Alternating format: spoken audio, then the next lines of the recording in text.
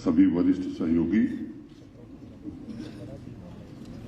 किसान भाइयों, मंच पर विराजमान हमारे मुख्य सचिव डॉक्टर मेहता, मेयर साहब हमारे जम्मू के, और जो एपेक्स कमेटी बनी थी उसके चेयरमैन आदरणीय डॉक्टर मंगला राय जी, आदरणीय डॉक्टर दलवई, आदरणीय डॉक्टर जोशी, हमारे दोनों वाइस चांसलर डुल्लू साहब, मीडिया के मित्रों,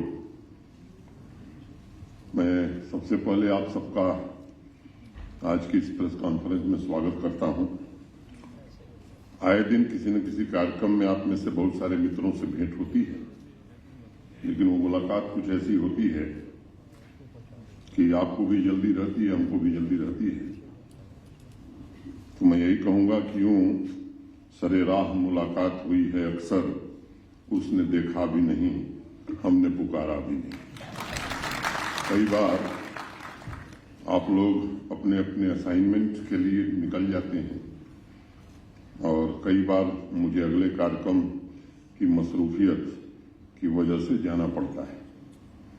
नमस्कार हो जाता है, कभी थोड़ी बातचीत भी हो जाती है, लेकिन आज लंबे समय बाद विस्तृत बातचीत के लिए हम सब हैं और खुशी है मुझे कि अरसे बाद हम लोग बातचीत के लिए आज इकट्ठे हैं। 2-3 वर्षों में सामाजिक और आर्थिक व्यवस्था के सभी क्षेत्रों में जम्मू कश्मीर प्रशासन ने अनेक प्रयासों को आगे बढ़ाने की कोशिश की है, उन्हें नए आयाम दिए हैं और उसके केंद्र बिंदु में सामान्य नागरिक की आशा, अपेक्षा और आकांक्षाएं कैसे पूरी हो सकती हैं, इस पर विशेष ध्यान दिया है। जम्मू कश्मीर का भविष्य कैसे बेहतर हो सकता है, परिवर्तन को कैसे व्यापक बनाया जा सकता है। ढेर सारी स्कीम्स पिछले 3 वर्षों में 5 अगस्त 2019 के बाद माननीय प्रधानमंत्री जी के नेतृत्व में प्रारंभ की गई है, लेकिन मैं आज 3 प्रमुख स्कीम्स का जिक्र करूंगा जो अभी 2 दिन पहले एडमिनिस्ट्रेटिव काउंसिल की बैठक में हम सबने स्वीकृत किया है। पहली योजना जो है वो एग्रीकल्चर और एलाइड सेक्टर को लेकर के है। आप सबको मालूम है कि मोटे तौर पर जम्मू कश्मीर की 70% आबादी कृषि और इससे संबंधित सेक्टर से जुड़ी हुई है, उनकी आजीविका भी है और इसी पर वो आश्रित है। लगभग 13 लाख परिवार हैं जम्मू कश्मीर के जो agriculture, horticulture, animal husbandry, dairy, अनेक इस तरह की जितनी एलाइड एक्टिविटीज हैं उसमें जुड़े हुए हैं। एक नई सोच और नई व्यवस्था के लिए अनेक महत्वपूर्ण नीतियां बनाई गई।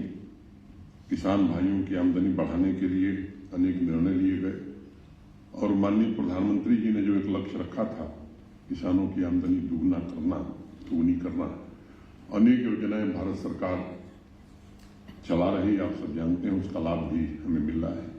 और मुझे खुशी है कि चाहे वो केसीसी का मामला हो या किसान सम्मान निधि का मामला हो, 100% सेचुरेशन करने में हमें सफलता मिली है और उसका परिणाम जम्मू कश्मीर प्रशासन की जो नीतियां रही हैं माननीय प्रधानमंत्री जी के कारण, उसका परिणाम धीरे धीरे दिखने लगा है। और अगर मैं आमदनी की बात करूं तो आज 18,918 रुपए मासिक आय हमारे किसान भाइयों की हुई है, जो पंजाब हरियाणा को छोड़िए तो शायद कोई और राज्य मुकाबला हमसे नहीं कर पा रहा है। एग्रीकल्चर तथा एलाइड सेक्टर की गाड़ी 3 वर्षों में ट्रैक पर आ गई थी, लेकिन उसे अभी और रफ्तार देने का समय था और इसे इसकी जरूरत महसूस की जा रही थी। मैं उस नई योजना पर आगे अभी थोड़ी देर में आपसे बात करूंगा, लेकिन उसके पहले जो एग्रीकल्चर और एलाइड सेक्टर में जो कुछ महत्वपूर्ण निर्णय और कुछ उपलब्धियां हमारी हैं उनका मैं जिक्र करना आवश्यक समझता हूं। पिछले 3 वर्षों में एग्रीकल्चर एवं एलाइड सेक्टर की ज्यादातर स्कीम में कैपिटल इन्फ्यूजन पहले की तुलना में 2 गुना से ज्यादा बढ़ाया गया है। 2019 के पहले जो कैपिटल इन्फ्यूजन था उसकी तुलना में 2 गुना से ज्यादा बढ़ाया गया है। हॉर्टिकल्चर हो, लाइव स्टॉक डेवलपमेंट हो, डेयरी में व्यापक परिवर्तन के लिए नई स्कीम शुरू करने का मामला हो, 2500 हेक्टेयर जमीन पर हाई डेंसिटी प्लांटेशन करने का मामला हो, 320 हेक्टेयर एप्पल तथा 2400 हेक्टेयर ट्रॉपिकल फ्रूट्स भी उसमें शामिल हैं। 11 सीए स्टोर, 3451 डेयरी यूनिट स्थापित की गई हैं। लाइव स्टॉक सेंटर में आत्मनिर्भर जम्मू कश्मीर के लक्ष्य के साथ यूटी कैपेक्स में 4 नई स्कीम शुरू की गई थी। हमने सीप हस्बेंड्री सेक्टर को अपग्रेड करने के लिए न्यूजीलैंड के साथ एक एमओयू भी किया था। वर्तमान में अपनी आवश्यकताओं को पूरा करने के लिए जम्मू कश्मीर करीब 1125 करोड़ रुपए का मटन इंपोर्ट करता है। हमारी कोशिश है कि अगले 5 साल में इस क्षेत्र में भी जम्मू कश्मीर आत्मनिर्भर बन सके। जम्मू कश्मीर देश का पहला यूनियन टेरिटरी है जिसने मोबाइल पशु अस्पताल प्रारंभ किया है देश में।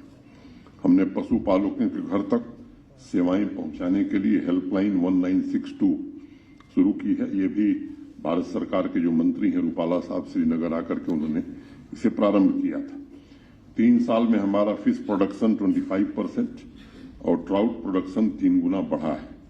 17,000 फिशरमैन के लिए 6,000 से ज्यादा आवास देने में हमें सफलता मिली है। इस तरह के अनेक महत्वपूर्ण पड़ाव हमने 3 सालों में पार किया है।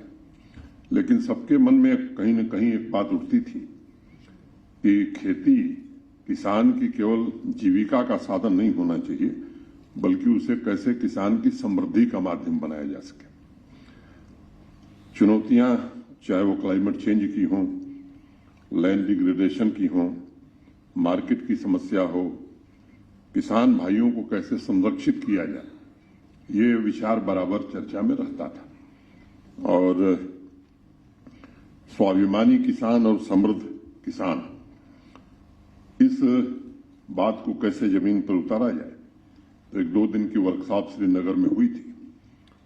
देश भर के प्रसिद्ध कृषि वैज्ञानिक, हमारे दोनों विश्वविद्यालयों के सम्माननीय कुलपतिगण, हमारे एसीएस एग्रीकल्चर प्रोडक्शन डुल्लू साहब और एग्रीकल्चर डिपार्टमेंट और लाइन डिपार्टमेंट, एलाइड डिपार्टमेंट के सभी हमारे अधिकारी उस 2 दिन की वर्कशॉप में थे।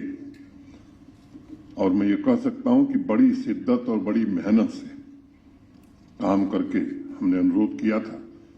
उसके चेयरमैन डॉक्टर मंगला राय साहब थे कि एक तो मिशन बना के हमको दे दीजिए जल्दी से जल्दी, जो हम आने वाले 4-5 साल में इम्प्लीमेंट कर सकें, और एक विजन जो लंबे काल तक जम्मू कश्मीर को आगे ले जाएगा।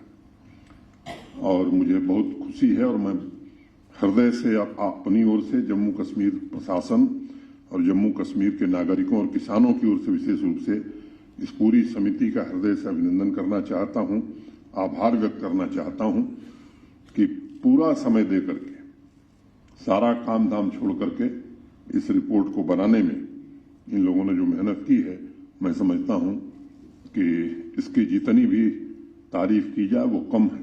और निश्चित रूप से इसके कारण जम्मू कश्मीर में एक बड़ा बदलाव आने वाला है। एग्रीकल्चर और एलाइड सेक्टर में कुल 29 इंटरवेंशन इन समिति ने प्रपोज किए हैं। उसके आउटपुट और आउटकम को भी बहुत ही गंभीरता से देखा गया है। जब एक श्रीनगर में हम लोग थे, सेक्रेटेरिएट में बैठक हुई जिसमें एपेक्स कमेटी के सभी सम्मानित सदस्य भी थे, चेयरमैन साहब भी थे। इन लोगों ने मैं भी था, चीफ सेक्रेटरी भी थे, डुल्लू साहब भी थे, हमारे और भी वरिष्ठ अधिकारी थे। एग्रीकल्चर और एलाइड सेक्टर के सभी हमारे सीनियर ऑफिसर्स उस बैठक में मौजूद थे। उस दिन बहुत विस्तार से नहीं, लेकिन संक्षेप में मैं कहूं कि जो उसका मूल तत्व था वो इन लोगों ने हम लोगों को समझाया और उसे प्रशासनिक स्वीकृति और वित्तीय स्वीकृति हम लोगों ने दे दी है। 5 साल में 5,013 करोड़ रुपए इन 29 परियोजनाओं को लागू करने में हम खर्च करने जा रहे हैं आने वाले समय में। और मुझे विश्वास है कि ये व्यापक योजना जम्मू कश्मीर के एग्री इकोनॉमी को नई डेवलपमेंट ट्रेजेक्टरी पर ले जाएगा, कृषि उत्पादन को दोगुना करेगा, एक्सपोर्ट में भारी वृद्धि होगी तथा इस सेक्टर को सस्टेनेबल और कमर्शियली वायबल बनाने में सफलता मिलेगी।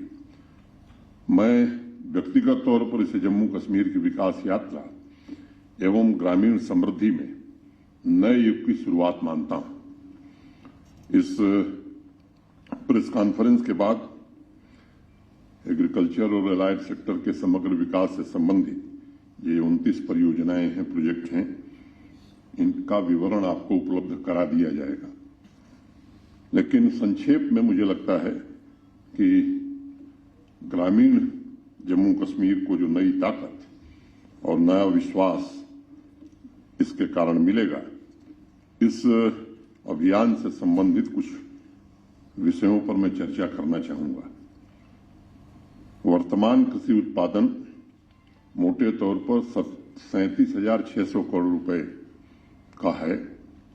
इन 29 प्रोजेक्ट्स के द्वारा अगले 5 साल में जो समिति ने अनुमान लगाया है, और मैं एक बात कहना चाहता हूं कि बहुत कंजर्वेटिव अप्रोच लेकर के कमेटी चली है।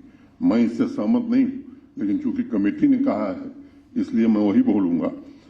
कहा कि 65,700 करोड़ रुपए पहुंचाना, बीज से लेकर बाजार तक के तंत्र को मजबूत करना इन इंटरवेंशंस का लक्ष्य है।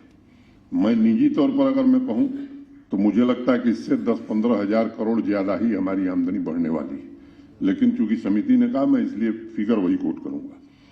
29 प्रोजेक्ट्स द्वारा अगले 5 साल में 1900 नए उद्यम स्थापित होंगे और लगभग 3 लाख के आसपास युवाओं को रोजगार भी मिलेगा।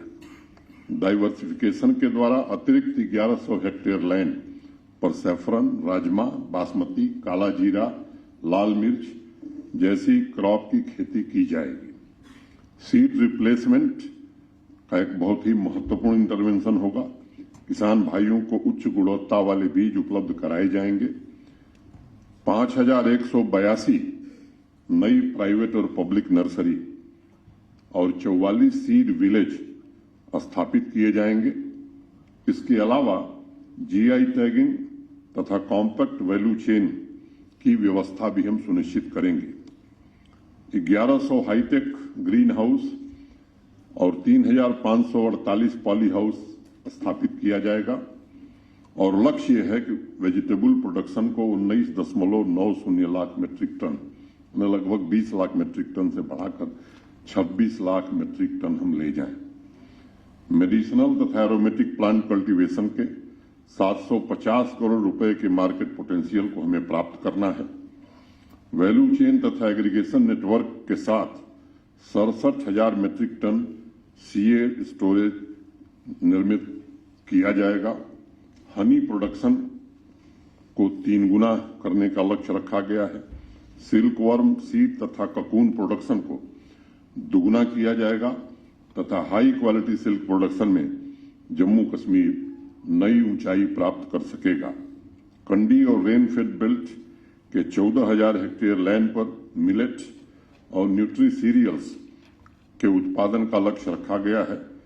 इसके साथ ही 60 मिलेट प्रोसेसिंग यूनिट भी हम स्थापित करेंगे।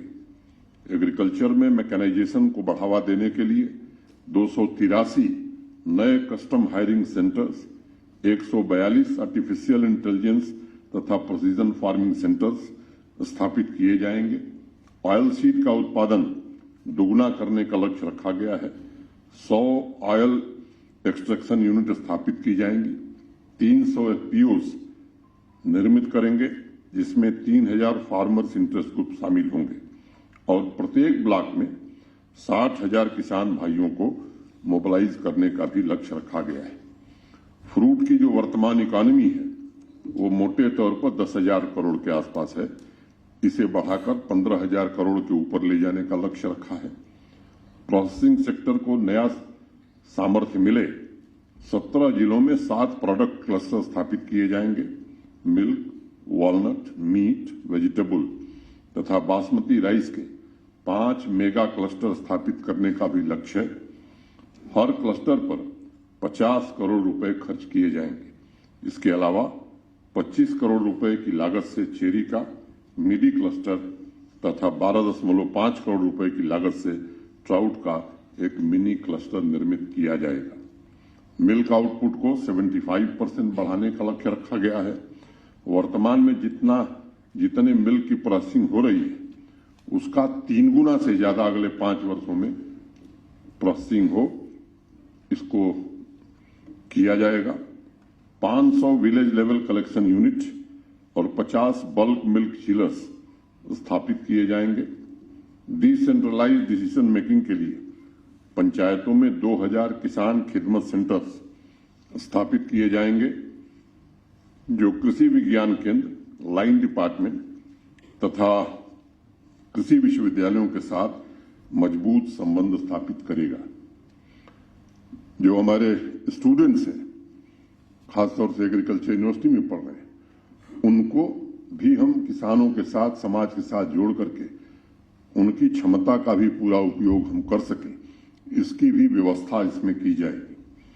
आज सबसे बड़ी चुनौती स्मॉल तथा मार्जिनल फार्मर्स को गरीबी के चक्र से मुक्ति दिलाना है। ये सभी 29 प्रोजेक्ट्स जम्मू कश्मीर के लगभग जितने भी मार्जिनल फार्मर्स हैं, एक अनुमान है कि 2.62 लाख मार्जिनल फार्मर हैं, उनके जीवन में एक बड़ा बदलाव लाएगा और 13 लाख किसान परिवारों को आर्थिक सुरक्षा भी प्रदान करेगा, उन्हें आत्मसम्मान भी देगा, उनके आत्मविश्वास एवं उनके स्वाभिमान को नई सामर्थ्य भी देगा। मित्रों, व्यवस्था में बदलाव के साथ साथ सामाजिक जीवन में भी बदलाव आवश्यक है और ऐसे ही 2 और एम्बिशस कार्यक्रम मैं आपके साथ साझा करना चाहता हूं। एस्पिरेशनल जम्मू कश्मीर का जो प्रतीक बनेगा, गांव और शहरों में सामान्य नागरिकों के लिए अच्छी व्यवस्थाओं के सपनों को पूरा करेगा। पहला निर्णय किया गया है एस्पिरेशनल टाउन डेवलपमेंट प्रोग्राम। ये एडमिनिस्ट्रेटिव काउंसिल ने इसे मंजूरी दी है। पूरे देश में ये अपनी तरह का पहला प्रोग्राम होगा जो जम्मू तथा श्रीनगर दोनों म्यूनिसिपल कॉरपोरेशन, 19 म्यूनिसिपल काउंसिल्स और 57 म्यूनिसिपैलिटीज यानी कुल 78 टाउन्स की रैंकिंग करेगा, उनके डेवलपमेंट बेंचमार्क को तय करेगा और सभी शहरों को सस्टेनेबल और सुंदर बनाने में पथ प्रदर्शक का काम करेगा। ये भी योजना 5 साल के लिए होगी। सभी शहरों का परफॉर्मेंस एग्जामिन किया जाएगा। करने के लिए म्युनिसिपल डेवलपमेंट इंडेक्स हमारे प्रमुख सचिव धीरज गुप्ता जी उनके सहयोगियों ने तैयार किया है और 7 की पिलर्स हैं: quality of life, services, economic ability, technology, urban planning, governance, sustainability and climate resilience तथा सिटीजन परसेप्शन के अंतर्गत 37 कैटेगरी तथा 138 इंडिकेटर्स के आधार पर उनके विकास को मापा जाएगा। इस इंडेक्स के लिए सर्वेक्षण का काम आने वाले समय में जल्दी पूरा किया जाएगा। मैं उम्मीद करता हूं कि मार्च अप्रैल तक ये काम हम खत्म करेंगे।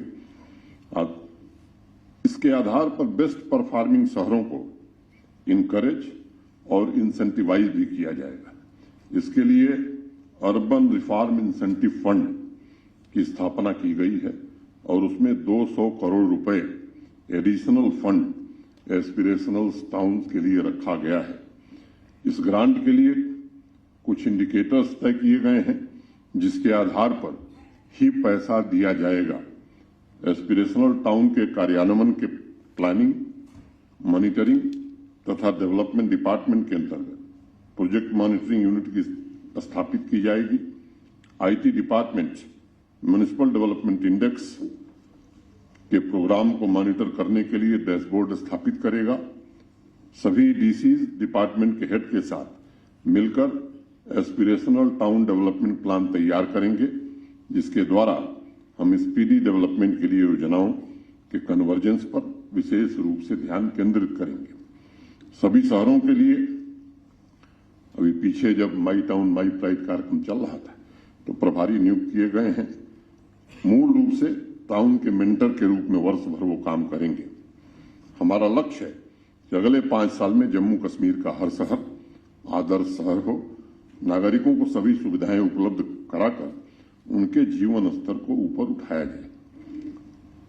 मित्रों, इसी तरह एस्पिरेशनल टाउन की तर्ज पर ही गांवों तथा ग्रामीण नागरिकों की दिशा और दशा बदलने के लिए जम्मू कश्मीर में एस्पिरेशनल पंचायत डेवलपमेंट प्रोग्राम को भी स्वीकृति मिली है। इस एम्बिशियस प्रोग्राम के अंतर्गत पंचायत डेवलपमेंट इंडेक्स के 100 पैरामीटर्स सभी 4291 पंचायतों के परफॉर्मेंस को इवेल्युएट किया जाएगा, एग्जामिन किया जाएगा।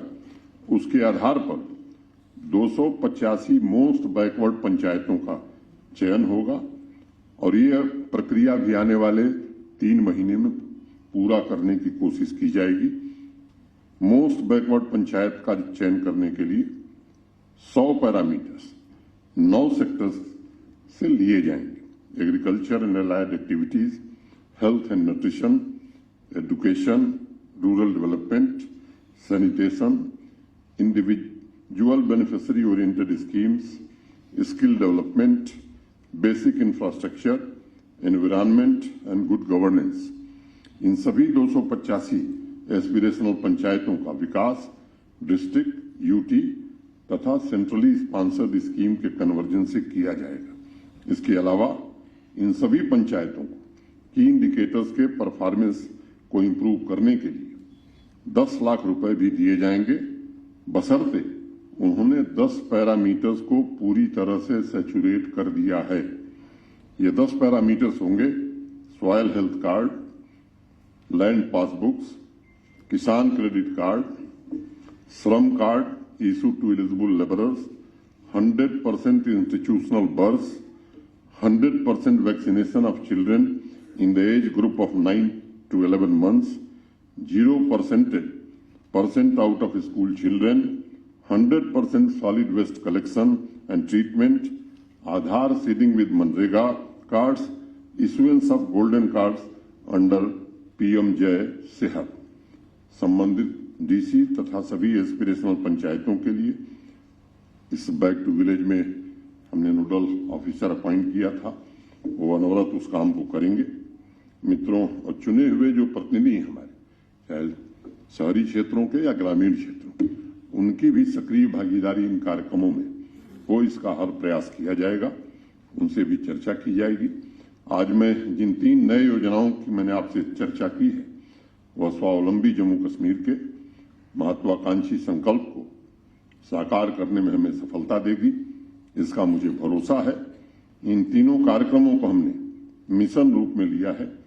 प्राथमिकता के आधार पर इनका सफल क्रियान्वयन सुनिश्चित करने की कोशिश की जाएगी। पिछले 3 वर्षों में जम्मू कश्मीर का मिजाज बदला है। तमाम ऐसे कदम उठाए गए हैं जिन्होंने सामान्य नागरिक के जीवन की आवश्यकताओं की पूर्ति करने में काफी हद तक सफलता दिलाई है। मैं जानता हूं, जब आवश्यकताओं की पूर्ति होती है तब नई आकांक्षाओं का जन्म होता है। मैं जम्मू कश्मीर के सभी नागरिकों को भरोसा देना चाहता हूं कि आजादी का यह अमृत कालखंड आपकी आकांक्षाओं की पूर्ति का भी कालखंड है। पूरी सामर्थ्य और जिम्मेदारी से उन्हें पूरा करने की दिशा में हर संभव प्रयास किया जाएगा। मैं मीडिया के सभी मित्रों को एडवांस में ही 9 वर्ष की हार्दिक शुभकामनाएं, अग्रिम बधाई देता हूं, शुभकामना देता हूं और मुझे लगता है कि मैंने अपनी बात मोटे तौर पर कह ली है। आप सबको हृदय से धन्यवाद देता हूं और 2 पंक्ति कह के, नहीं निगाह में मंजिल तो जुस्तजू ही सही, नहीं निगाह में मंजिल तो जुस्तजू ही सही, नहीं विशाल मयस्सर हो तो आरजू ही सही, अगर इंतजार कठिन है तो जब तक ये दिल किसी के वादा एक फरदा की गुफ्तगू ही सही। मिली किसी के वादा फर्दा की गुफ्तगू ही सही। धन्यवाद। जय हिंद।